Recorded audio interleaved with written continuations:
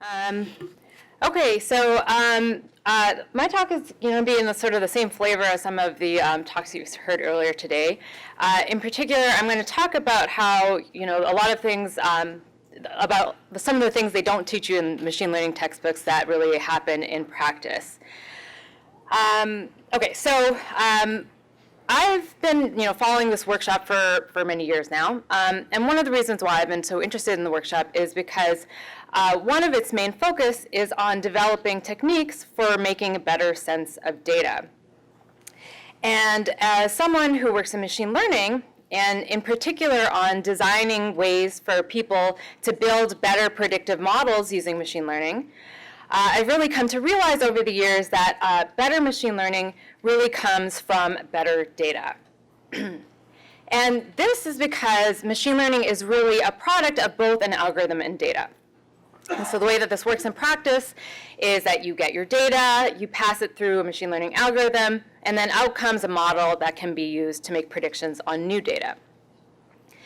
Now, the problem is that most machine learning research tends to focus on coming up with better algorithms.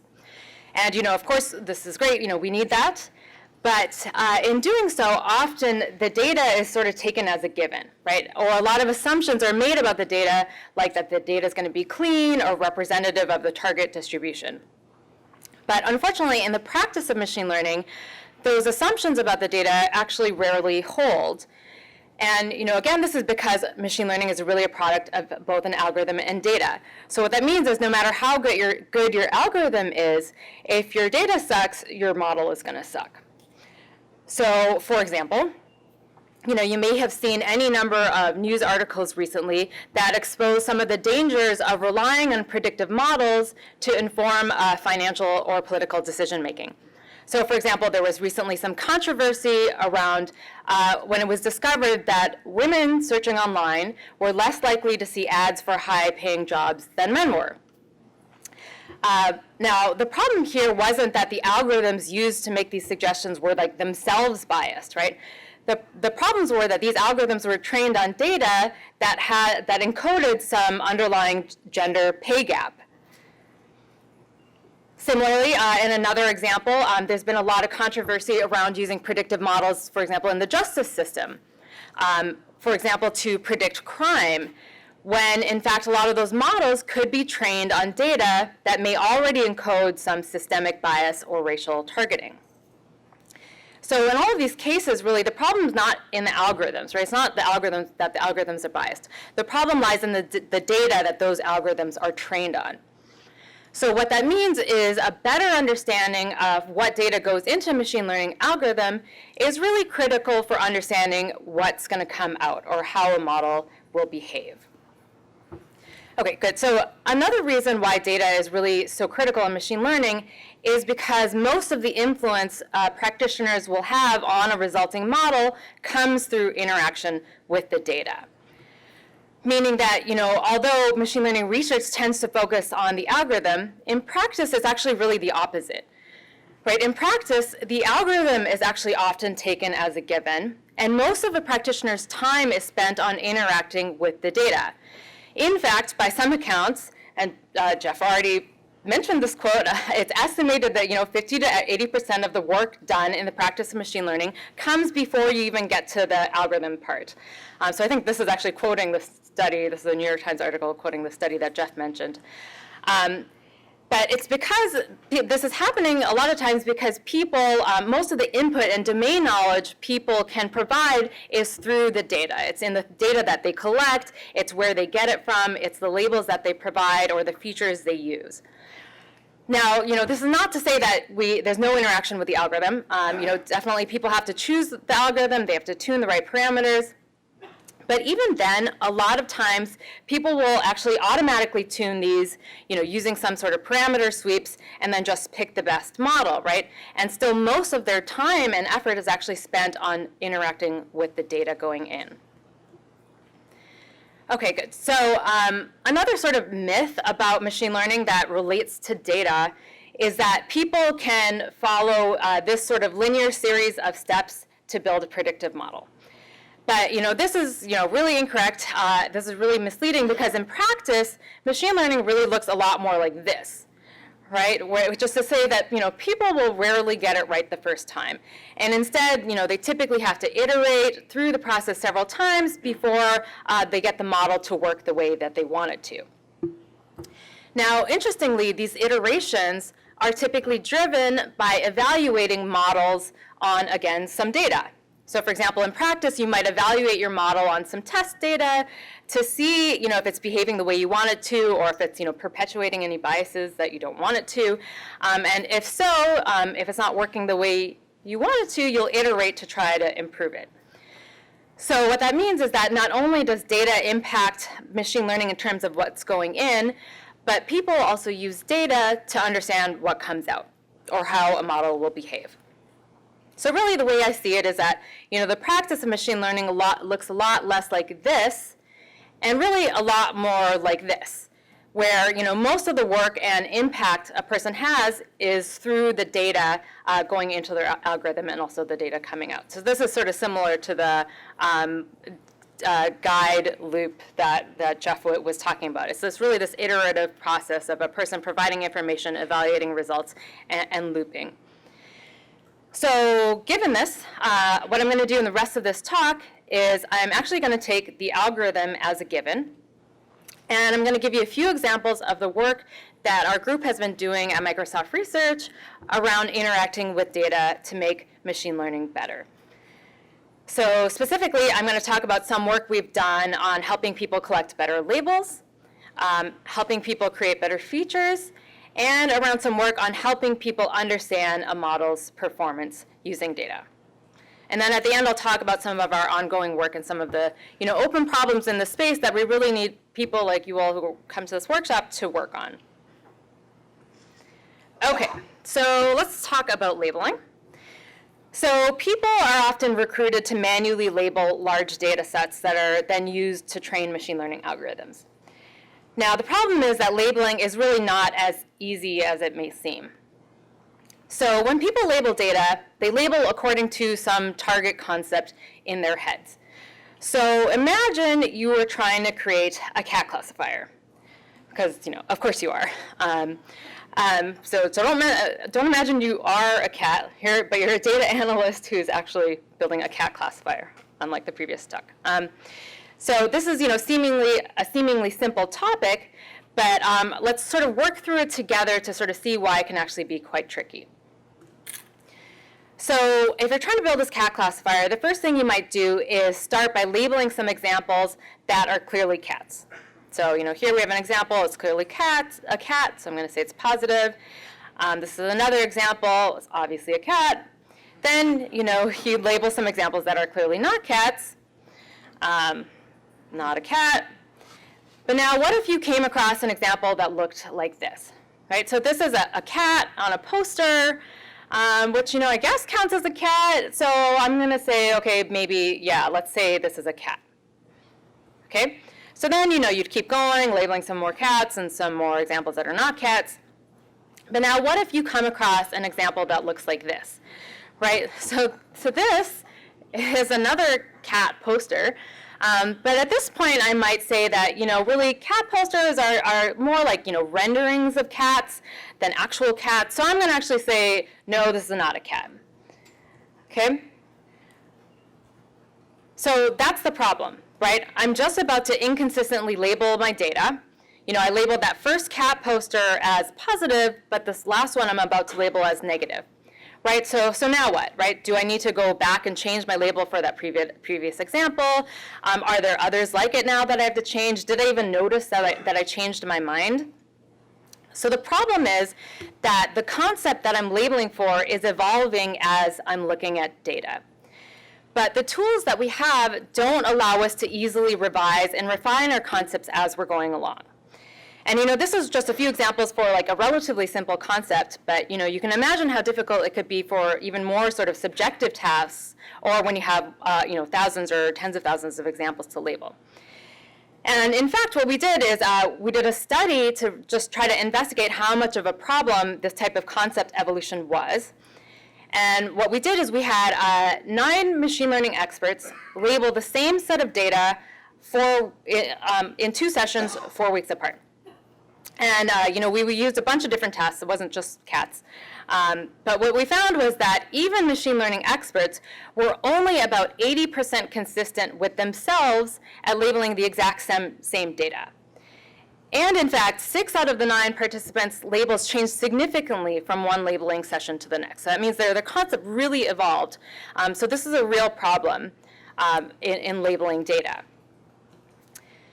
So, in order to try to help with this sort of concept evolution problem, we came up with this interaction technique that we call structured labeling, where we essentially allowed people to explicitly organize their concept via grouping and tagging within a traditional labeling scheme. So I'll explain that. So what that means is that, instead of something like this, where you essentially force people to categorize data at a high level, so as meaning either as positive or negative, we had something like this, where we allowed people to create subgroups within these high-level categories. Okay, so for that, for example, for that first cat poster example that I came across, if I was unsure about it, what I would do is I would create a subgroup, and then I would tag it maybe as something like cat posters or cat renderings so that I could remember later on how I labeled examples of this type. So what this is doing is that it's surfacing my labeling decisions to myself so that later on, as I'm going along, when I come across that other cat poster, now I know I can group these together. And then I can decide if I want to revise my labels later on, if my concept changes or evolves, I can do that really easily by moving the whole group at once. Okay, so these groups and tags, not only help me recall and revise my labeling decisions as I'm going along, it also sort of lets me defer my decision making, which is something that we found was important because we noticed that people oftentimes, agonize about how to label data. Should this be positive? Should this be negative? But what this does is it allows me to sort of tag things I'm unsure about, and then later on I can sort of make those decisions about how I want to sort of, define the boundary of my concept that I'm trying to create training data for. Okay. So we also came up with an assisted version of structured labeling, which is sort of a semi-automated approach that we designed to help people with a couple of problems we noticed as they were interacting with the tool. So for one thing, we found that when people were labeling, they would often remember, creating a group or of some items similar to the one that they were currently trying to label, but they couldn't remember which of the subgroups they put similar items in. So what we did is we provided these recommendations about where, based on the similarity between the current item and all of the subgroups that a person has already created. And we made these recommendations by showing a little star next to the group to sort of help the user decide where to put these items and help them label more consistently. Another thing that we found was that people often didn't want to make labeling decisions or didn't want to spend a lot of time making labeling decisions for items they thought were outliers. So, for example, if there's only one cat poster example in my data, then it doesn't really matter how I label it. But if that example is, representative of a larger set of data that I really want my model to recognize in the future, then I want to put in more effort to, label it in the way that correctly, or the way I want it to be labeled. So what we did here was we showed people similar examples to the item that they were currently trying to label, so that they can see whether or not this example is representative of a larger concept, and then they can use that to decide whether or not to create some structure around that category. Okay, so we did an evaluation. We compared structured labeling to the traditional labeling technique that's often used in machine learning. And what we found was that people did, in fact, use it when it was available, meaning they did actually create and revise their labels significantly more with structured labeling than when it wasn't available. And we found that people also labeled significantly more consistently with structured labeling than with this traditional labeling technique. Also, people preferred it over traditional labeling. So again, just to recap, the problem we're trying to deal with here is that the concepts people are labeling for in machine learning, it really evolve as they are interacting and looking at data. But current tools don't support this. And so we created the structured labeling tool to help people revise and refine as they go along. And we found that this did actually help in help people create more consistent labels. And now I just wanted to say that consistency is actually an interesting issue in machine learning, in that some machine learning algorithms are more affected by inconsistencies than others. So in particular, more expressive algorithms will tend to be more affected than less expressive algorithms, because more expressive algorithms might try to fit the inconsistencies or fit the noise in the data. But even if you're using a less expressive algorithm, concept evolution is still a problem for the user, right? That is, in practice, users want to be able to revise and refine their labeling decisions, and in turn, what they want the model to do. The structure also itself contains a lot of information that can be, used for machine learning in other ways. So, for example, having the structure can now help you come up with features, which is something I'm going to talk about next. And also, once you have this type of structured information, you can also measure performance of your model at the subgroup level, which might help you decide where you need to focus your attention in improving your model in subsequent iterations. Okay, so this was some work, dealing with this problem that we see in machine learning about labeling. But now I'm going to turn to featuring. So features, as many of you know, are essentially observable properties or attributes of data that can be consumed by a machine learning algorithm. So these are essentially clues for helping the machine distinguish between concepts. And now featuring is arguably one of the most critical factors in building effective models. Yet, unfortunately, there's relatively little guidance or best practices for how people should actually come up with features. And so the way that people tend to do this in practice is they might look for features used in related domains or related application areas. They might use their own intuition or domain knowledge about the problem. Or they might try some automated techniques like feature generation or feature selection if that's available for the type of data that they're dealing with. But even with these techniques, practitioners actually report spending an extensive amount of time in the process we call feature ideation, which is really the sort of black art of thinking of and experimenting with custom features for the problem you're trying to deal with. And so in this work, what we wanted to do was we wanted to experiment with a variety of techniques for helping people with feature ideation to see sort of what makes the most impact and what helps people come up with custom features. So the first thing that we thought about was comparing and contrasting data. We thought this might be helpful. And to give you an example, I'm going to go back to my cat example. So if we wanted to create a feature to help a machine recognize cats, we'd have to think to ourselves about what makes a cat a cat. So because can anyone think of an idea of what would be a good feature? What makes a cat a cat? Fur. Good. Fur is one. Whiskers. Okay. Good. Okay. So good. So fur, whiskers. We also have they have pointy ears, maybe 4 legs. Good. But now, what if I ask you the same question, what makes a cat when you look at it against this image? Now what would you say? Say that the classifier is incorrectly saying that this is a cat. I mean, it's a cat, but you want it to be considered as negative. Now what makes a cat a cat? Well, one of the images, is a photo, and the other is clip art. So maybe the type of image might make for a good feature in your algorithm. What about if I showed you the cat next to this tiger image? Now, can you think of something that would make for a good feature? I heard something over there. Wildcats, yeah. Right, so something about, maybe the type of cat, maybe larger felines should be considered negative by the system. Maybe having longer teeth, maybe those would be good features to provide to your machine learning to help it recognize what makes a cat, in contrast to things it might get confused about.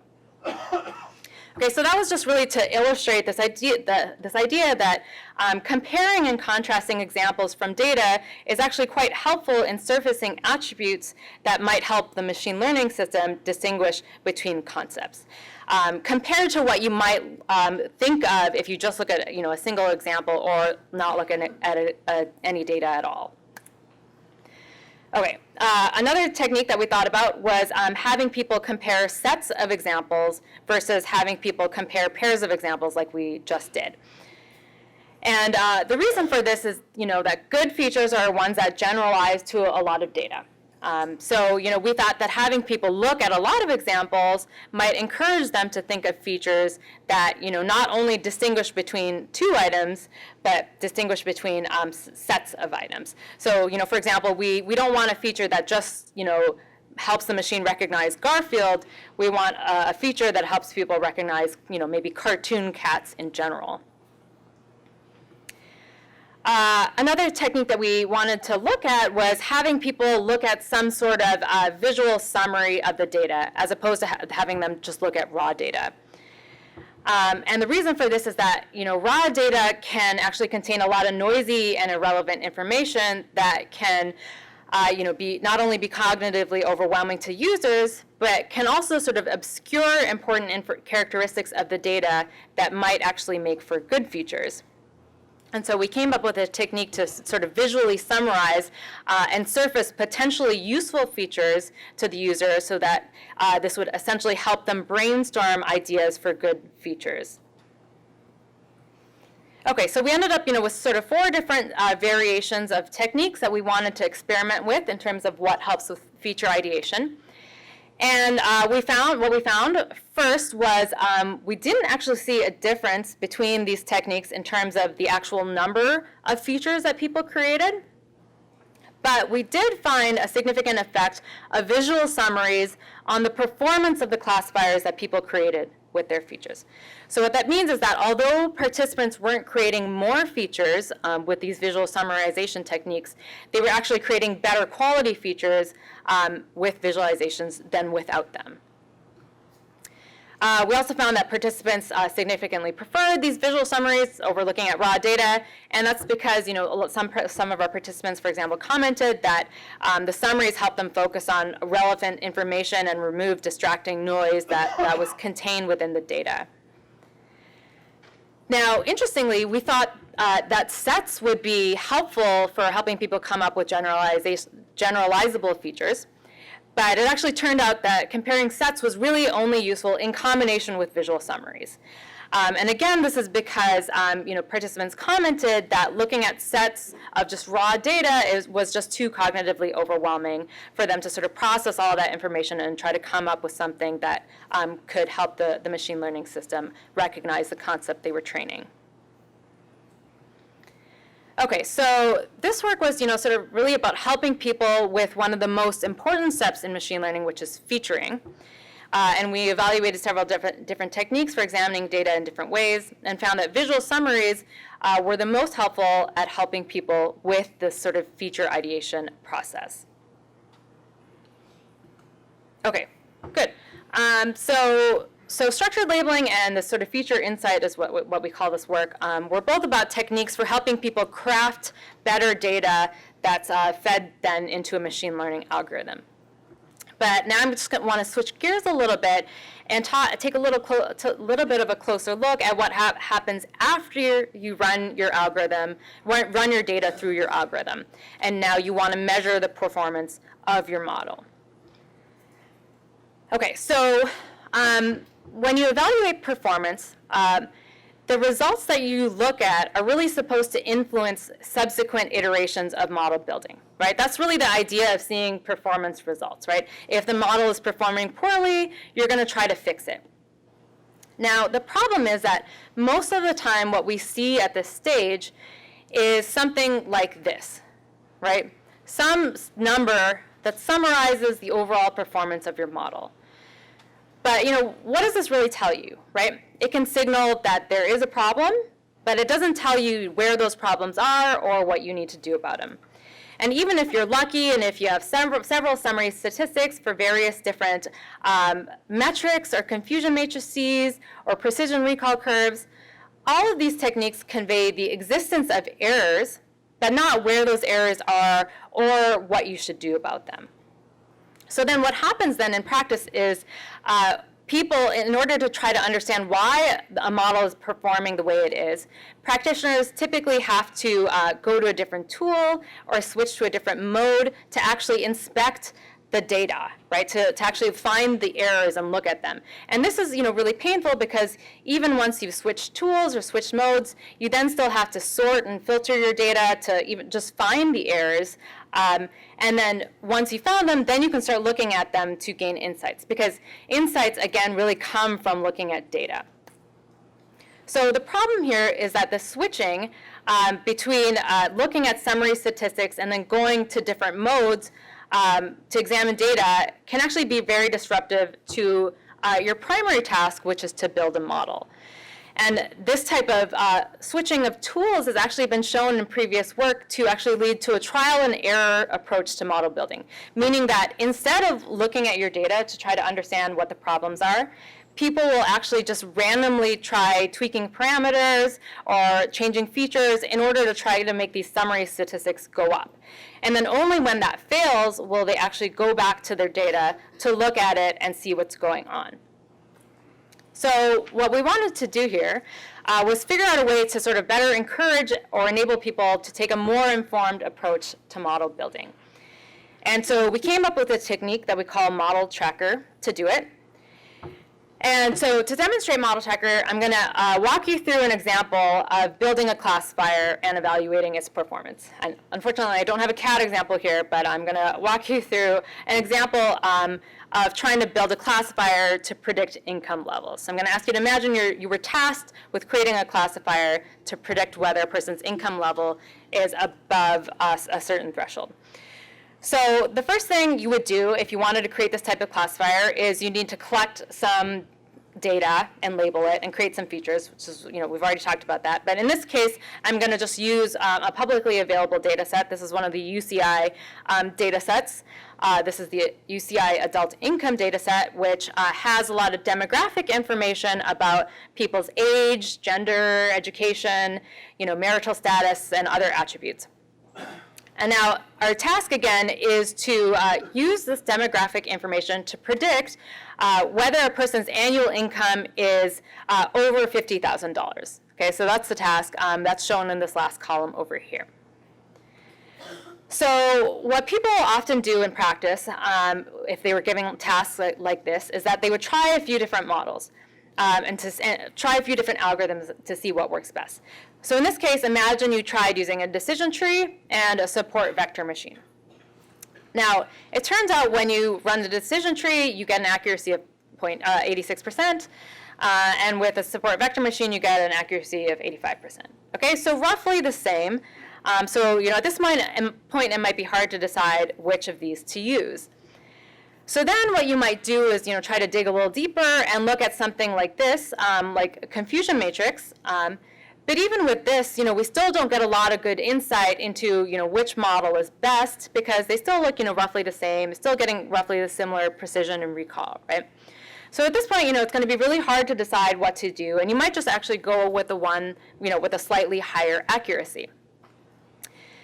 But instead, if we look at it, these results in Model Tracker, which is what you're seeing here, and I'll explain how to read this in just a second, but right away you can see these are the same two models. You can see that they're actually behaving quite differently, right? What you're seeing on screen looks quite different between the two models. And this is something we may have overlooked if we were just looking at a summary statistic or even confusion matrices. So I'm actually going to pull up the tool now and try to do a demo. And show you how you can read this graph and use it to use the tool to gain better insight into your model's performance. So let's see. I think I have to switch to this.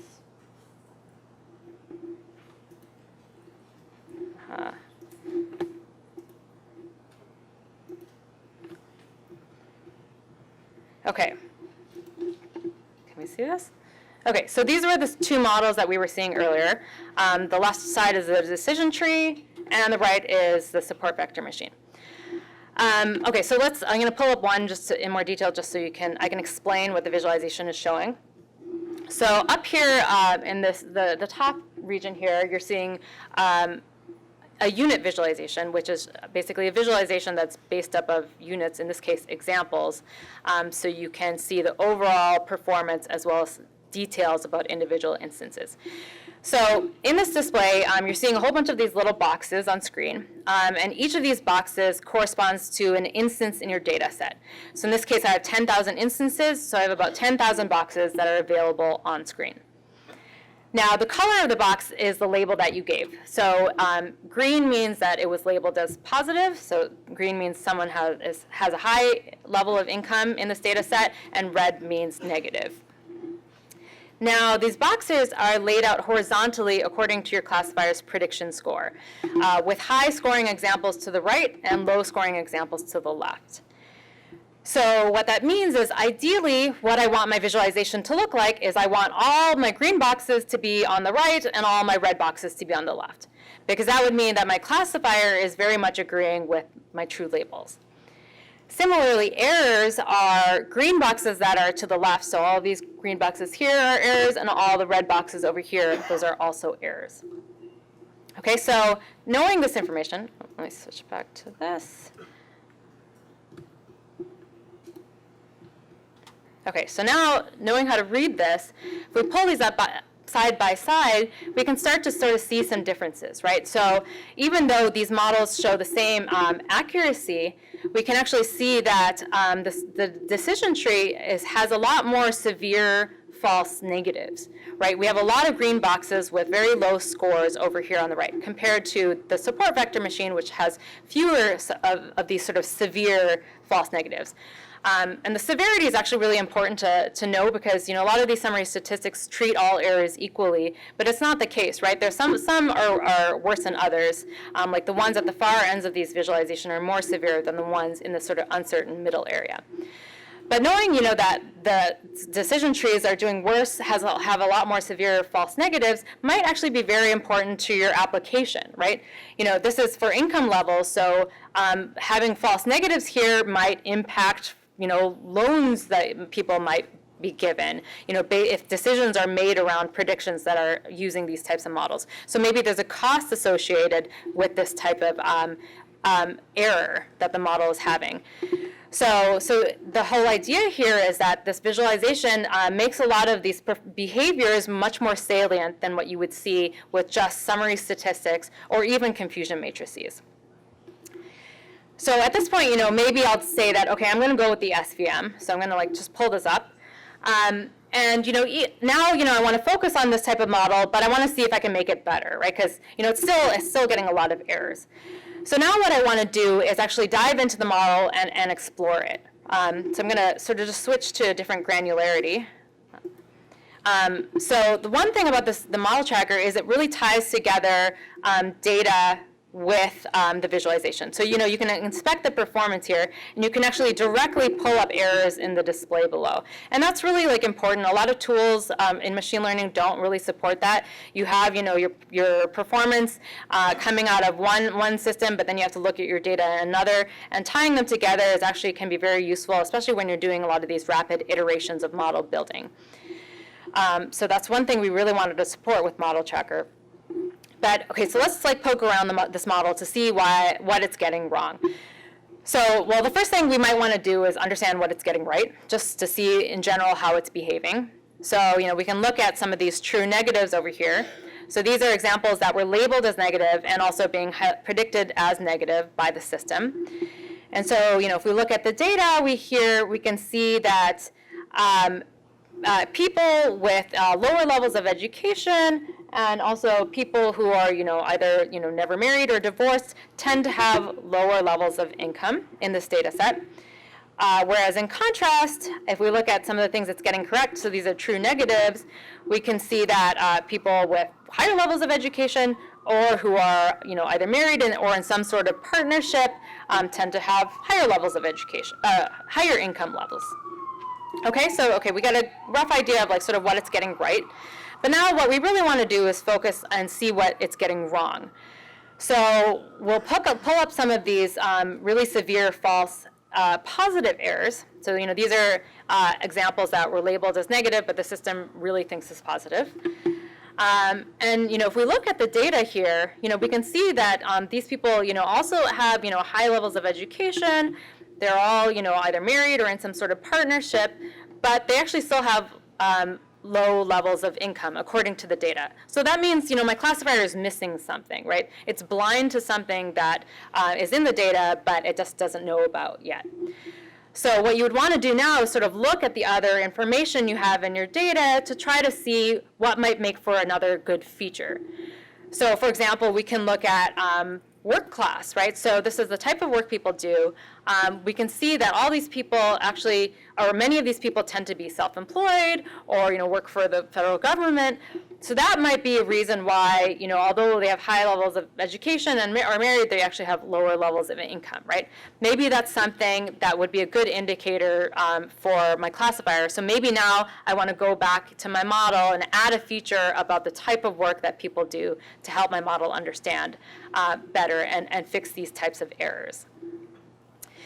Now, another thing you might do as you're exploring your data is you might come across sort of interesting or weird items. So here we have an example. Here's a false positive. This is someone with a high school level of education, self-employed, but the system and has a low level of income, but the system is predicting as highly positive. So that's just sort of weird, and maybe I want to explore it further. But for now, I'm just going to bookmark it. So I'm just going to say, I'm going to star it and just put a little note to myself because I want to just sort of keep exploring my data. And I might come across a lot of interesting items. So I just want to sort of tag them right now, and then I can go back to them later when I want to actually go and fix my model, right? So this is a way to just more easily retrieve examples that you find were interesting. Another thing you might want to do is, partition the data in some way. So, for example, education, has come up a lot. So if, for example, if we look at people with lower levels of education, oh, it's like a B, okay. We can see that people with lower levels of education, they tend to have lower income levels, okay? But now let's look at the other partition.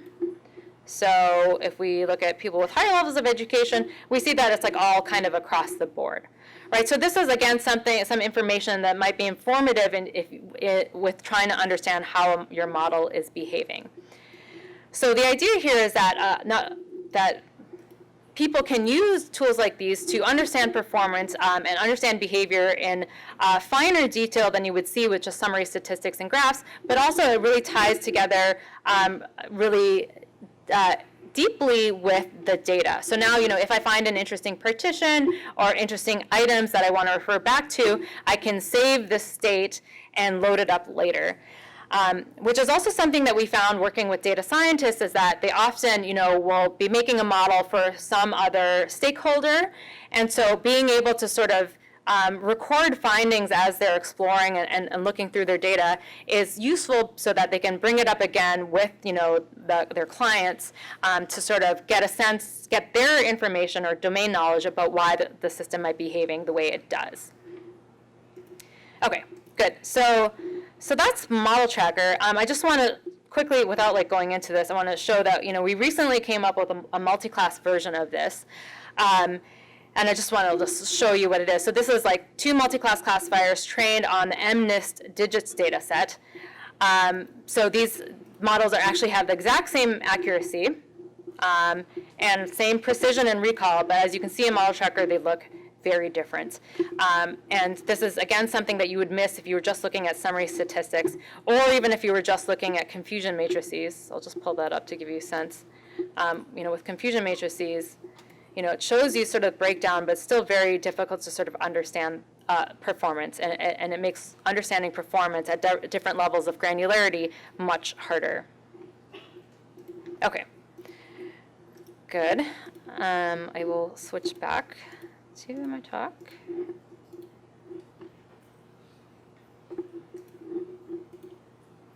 Okay. So that was Model Tracker. is supposed to try to help with the sort of performance analysis stage in this iterative machine learning process.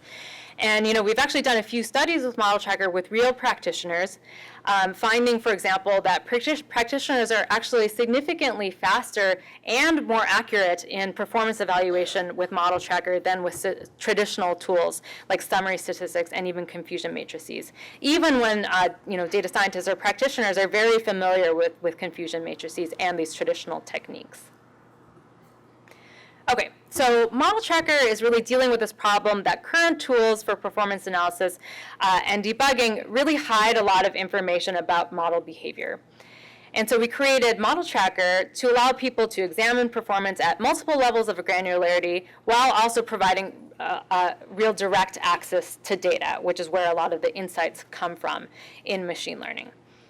And we found that people were actually faster and more accurate in using it than with traditional tools. Okay, so these were just a few examples of how tools for making better sense of data are really necessary for making better machine learning. And so I want to end by saying that we're still actually just scratching the surface here, right? In fact, this depiction of the machine learning process is still overly simplified. In reality, the process probably looks a lot more like this, with a lot of errors and loops all over the place. And in this talk, I really only covered a few techniques for dealing with things like labeling, featuring, and evaluation. But we still need better tools for things like collecting and cleaning data. So some of the data wrangling stuff, for example, can be used in some of those earlier stages. We need tools for deployment and doing online adaptations, because that's something that happens a lot in machine learning. The data you may train it on may change over time, so understanding the differences in the distributions of data can be important. I also focused a lot today on document and image classification, but when you start dealing with different types of data, that actually really impacts the tools that you use. So for example, we very recently started exploring machine learning over time series data that you might get from sensors being deployed in your environment, and that's really just like a different beast in terms of how you label and how you feature and how you understand the data. So I think there's a lot more that needs to be done in this space. Finally, my last point is that I took the algorithm as given, really, in a lot of the work that I talked about here. But I think there's really a lot of opportunities to design new algorithms and theories that really take into account sort of these more realistic human behaviors and interactions with data. In fact, we actually recently did some work on formalizing the concept evolution process. So that's the first thing I talked about. And we formalized this sort of in a theoretical sense, showing bounds on the cost that's incurred in the machine learning process when a person's concept evolves as they see data. And that's something that's going to appear in NIPS, at the NIPS conference later this year. So that's just to say that there's a lot of work that can be done on coming up with new algorithms and theories to support sort of realistic behaviors. Okay, so my main takeaway here is that better data really makes for better machine learning, and that's something that's often overlooked in the machine learning research. But that also means that there are many more opportunities for improving machine learning through tools for better making sense of data, like the ones that you all work on here. So with that, just thanks for your time, and at this point I can take questions.